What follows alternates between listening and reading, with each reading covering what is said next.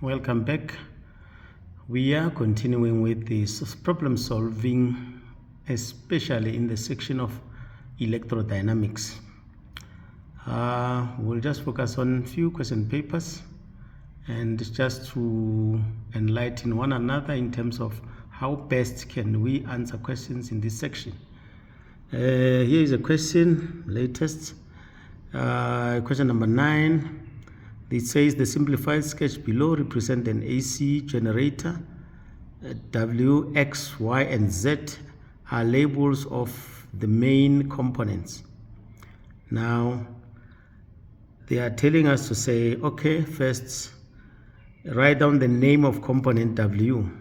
Name of component W, you can see those ones, 9.1.1. It will be your slip rings. Slip rings, correct? If you are thinking along the same line. Now the second one, 9.2, they say state the function of component X. That's your carbon brush. In this case, is just to connect the internal and external circuits. External circuit, so external circuit, that is the case. And then the next one, or to maintain the connection between the external and internal circuits, fine. Next one, 9.1.3, then it will be use the direction of the current in the diagram to identify the magnetic pole Z. We look at this one. Remember, this is a generator. As we know, that generator normally the rotation follows the current if north is on the left hand side.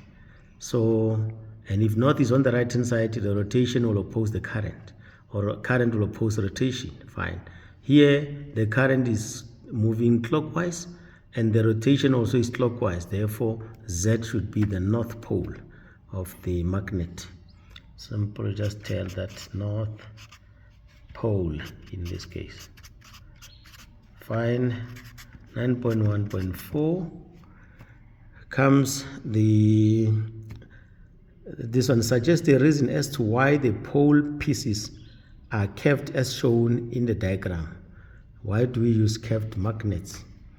Now is just to increase the number of field lines that will be touching the area of the conductor, or if I put it in another language, we'll say to concentrate the magnetic field.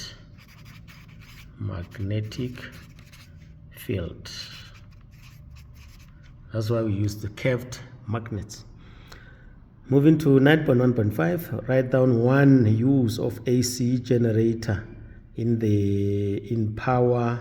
electrical power plants. One use of AC generator in electrical power plants. The use of electrical power plants, we know that normally there will be where now we have got the so-called turbines, which are used to change or to convert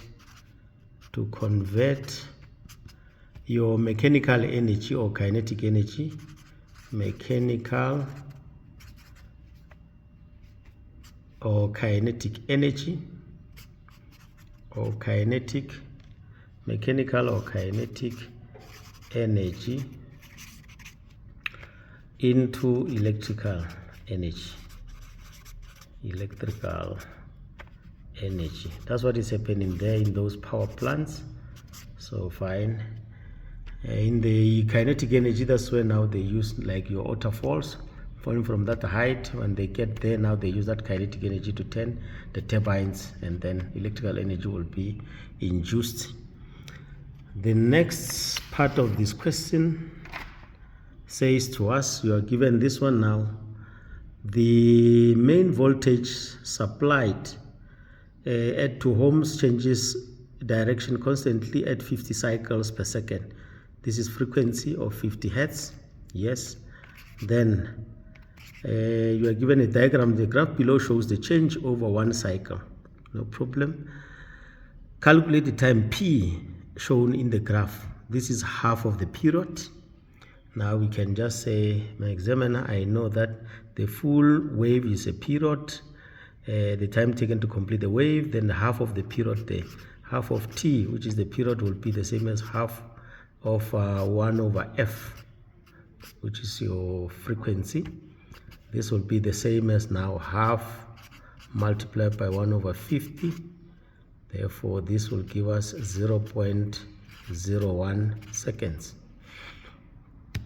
I think you get it better. That is how we do it. Next question, they say to us, 9.2.2,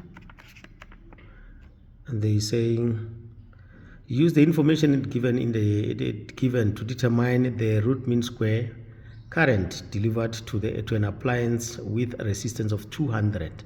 We are given the resistance of 200. They say calculate the RMS, RMS here. We are given the Vmax here. You can see in this one, the highest voltage, we call it the Vmax. Now what I'm going to do, we'll use it in two ways. There's a long way. We can start with the long way one, where now you will have to first calculate the VRMS, which will be Vmax over root 2. Therefore, this will be the same as 170 over root 2. This will give us the 170 over root 2 will give us somewhere around 120.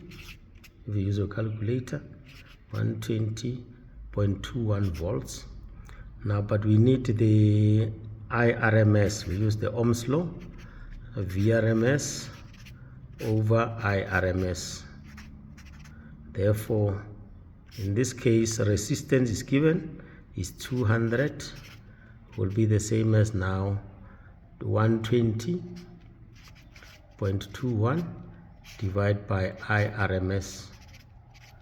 Therefore, the answer here will be IRMS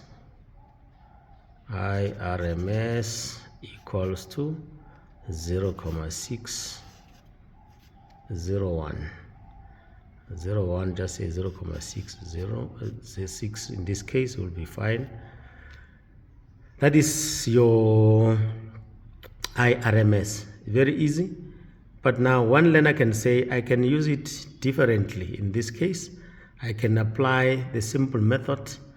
Then what is the simple method in this case will be, now you just go to the formula of R equals to VRMS over IRMS. Once you are there, then you can now use your knowledge to say 200. Instead of VRMS, I will now write 170 divided by root 2. This, remember, is your Vmax over root 2, which gives you VRMS, divided by in this case IRMS. Therefore, if you use your calculator here, you will find that now IRMS, it will be the same as 0.6 amperes. So what's going to happen if you find this one, then you have got this, then it will be the value here divided by 200, which will be IRMS. That's the case, you get 0.6. That was one question in this case, which was very good. Let's move on to tackle another question paper. We still have got some few minutes.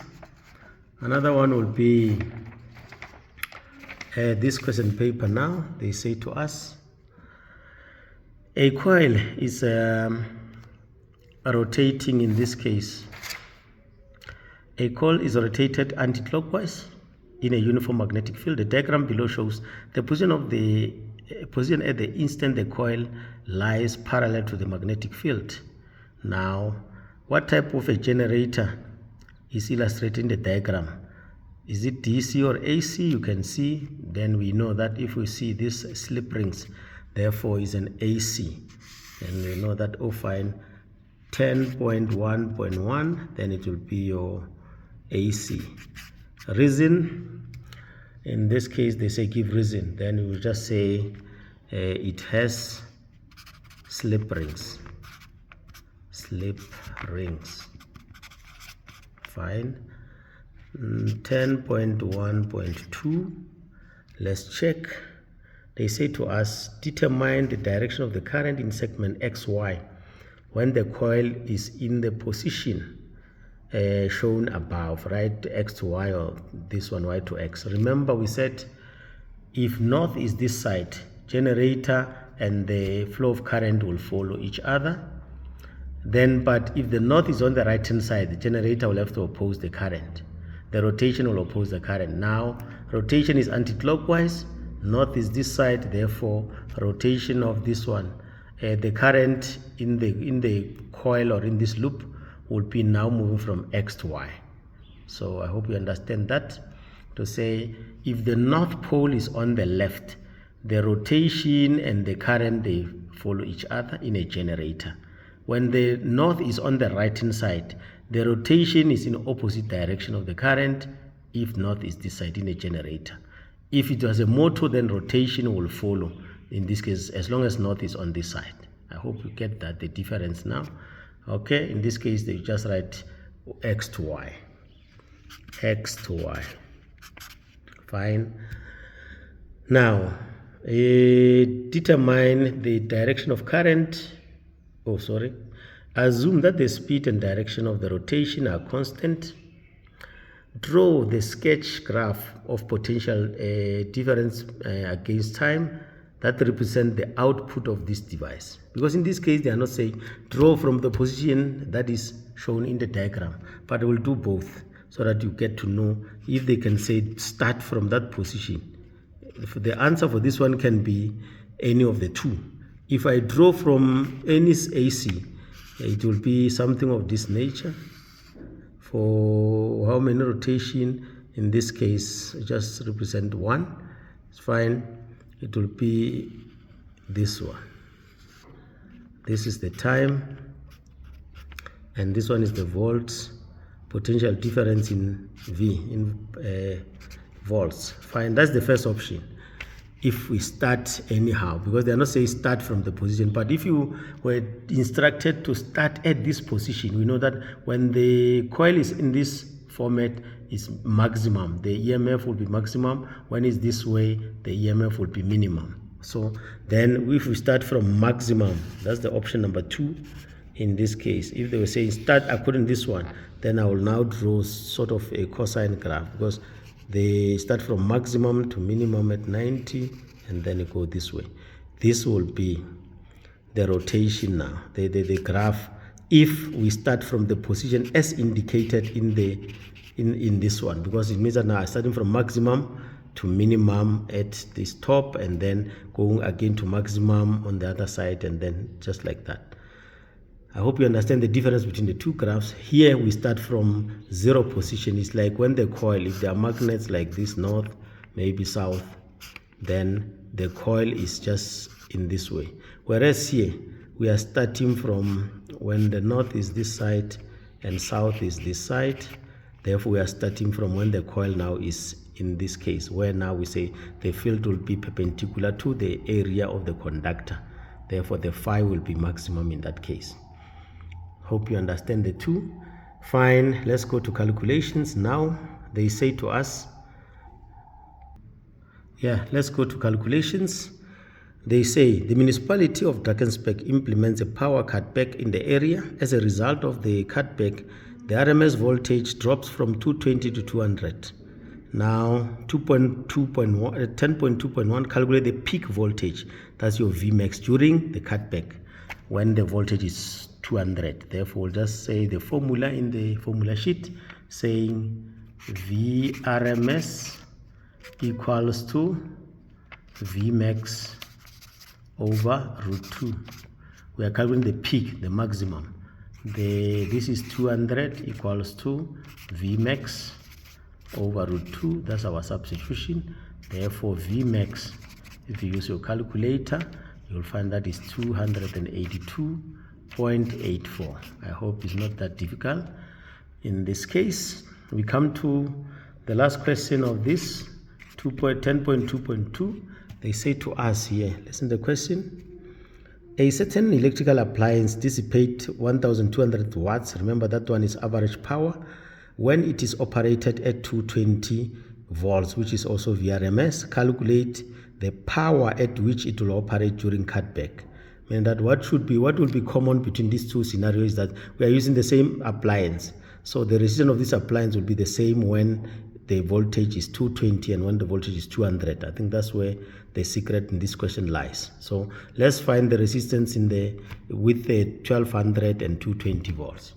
Then we'll say, find the formula that needs resistance with power average and voltage given. It will be saying VRMS squared divided by R. Therefore, the average power is given is 1200. The VRMS is given is 220 all squared, then divided by R. Therefore, R will be, if you have a calculator, you get 40.33 ohm. Thank you.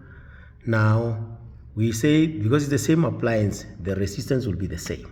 Then we go back to that one, we want to calculate the power now, because we know that the average voltage during cutback is this one. Now we know the resistance. We can calculate the power to say power average, the same formula will be the same as VRMS during cutback squared divided by R. Therefore, the average power is the one we are calculating. During cutback, the voltage is 200 squared divided by 40.33. Therefore, in this case, you'll find the answer to be 991.82 watts. That is the secret of this one. Very simple, straightforward, but it needs a lot of practice. Therefore, go through the various question papers, try to indicate, especially know how to draw the graph when you start from minimum and when you start from maximum. Also know the definition of your VRMS and IRMS. Those ones will help you in approaching examination. But don't forget to subscribe so that you can have all the videos that I have uploaded. So subscribe so that when I load any video, you'll be the first one to receive the message that there's a video that is uploaded, and that will help you a great deal. So good luck in your preparation for the trial examination and the final examination. Until we meet again, thanks.